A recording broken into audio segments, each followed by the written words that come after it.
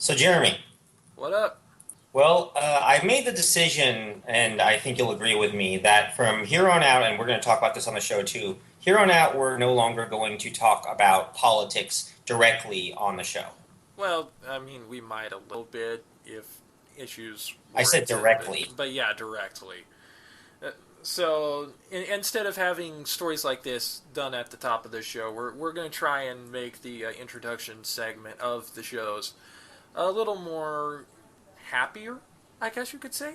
So David and Yeah, because this is not happy, yeah, guys. David and Fucking I black decided churches to and damn shit. yeah, David and I specifically decided to pull this one out to talk about because this is indicative of so many societal problems, specifically in the U.S. Over the last couple of weeks, there has been no less than 7 cases of black churches in the Deep South burning, at least 3 cases of which being confirmed to be arson. As of the time of this recording, there's been one case in Humboldt, one case in Knoxville, Kentucky, another in Macon, Georgia, another in Tallahassee, Florida, one in Charlotte, North Carolina, one in Warrenville, South Carolina, and the most recent one in Greeleyville, South Carolina. Uh, Greenville, I believe. Greeleyville, yes. Really? Greeley. Oh, Greeley Ville. oh, wow. Yeah, it was just as of the recording of this last night, June the 30th, that news came in. Like Macon, Georgia is only about 100 miles south from where I'm like I at. said, there are only 3 of these so far have been confirmed to be arson.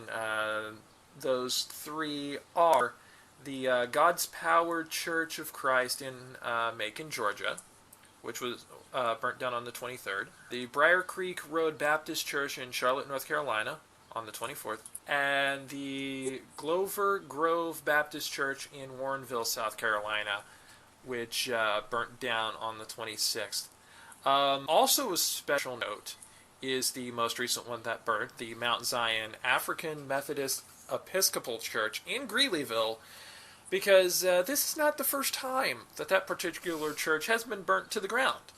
It was burnt down in 1995, and this is probably going to surprise absolutely none of you out there, by the KKK.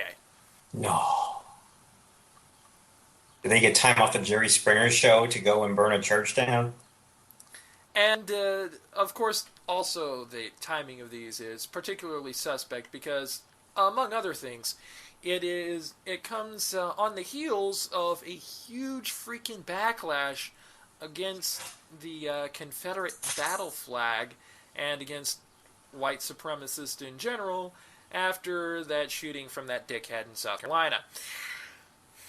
Yeah, I think that's part of the reason why a lot of people are very much connecting all these fires to basically acts of hate.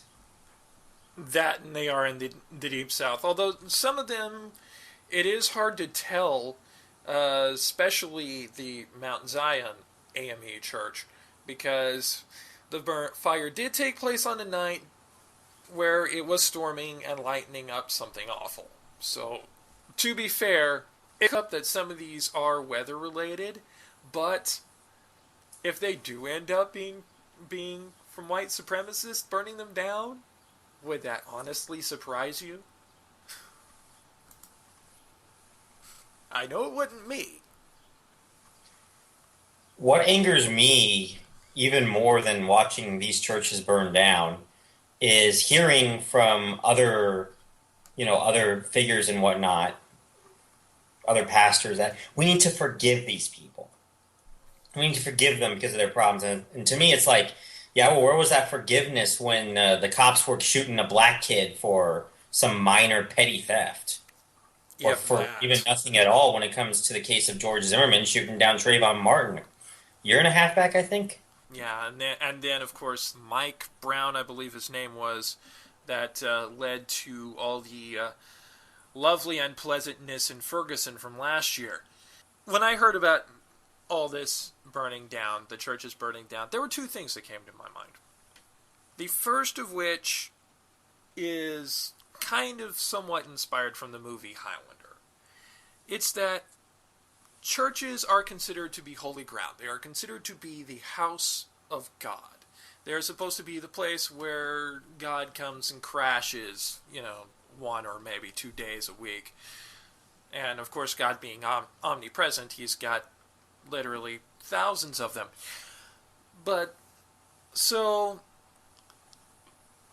churches, by that logic, are generally considered to be sacred and, dare I say, safe spaces where you can come and commune with the God that you believe in as you are. So, at least in the cases that are confirmed to be arson, and if any more are confirmed to be arson by the time this goes up, then this applies to them as well. The fact that they are specifically burning down churches basically says that we do not believe you have the right to be safe even in church. We do not believe that God can save you because we believe God's on our side, not yours. Yeah, God is fuck. not providing you safety, and what safety you think you have, we will take away without question. Yeah, I'm just gonna say straight up, fuck their God. The Fuck second their God. Fuck all religion in general to me. Well, yeah. The second thing actually relates to how black people tend to be perceived. Of course, David did mention the whole Trayvon Martin situation, and also I mentioned the Mike Brown situation from Ferguson. And very often, the word that gets thrown around for black youths, whether it may be deserved or not depending on their actions, but in most cases it is undeserved, is the word thug. I, being an etymology geek, that's etymology, not entomology. I'm not fond of books in any way, but I do love words. So I looked up the etymology for the word thug. Turns out it is derived from India, specifically from Hindi by way of Sanskrit. And it specifically refers to a group of murderers and robbers who often killed people by strangulation that were a part of a cult called the Thuggery cult. It's spelled Thughugee, but it's pronounced Thuggery. This cult was devoted to the goddess Kali. You may have heard about them if you watched, say, Indiana Jones and the Temple of Doom. Those people were supposed to be basically an offshoot of the Thuggies.